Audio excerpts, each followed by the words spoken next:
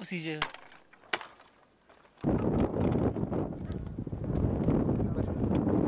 बर बर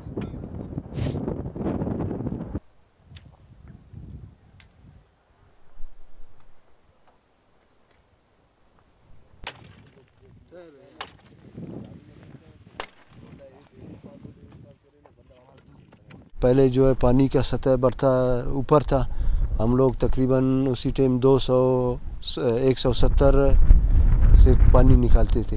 अभी जो है तकरीबन 1200 फुट पे पानी के सतह जा रहा है, नीचे जा रहा है। बारिशें नहीं है, बायदा इधर गवर्नमेंट जो है हम लोगों के लिए डैम बनाते थे तो फिर भी गुजारा हो जाते थे लोगों का।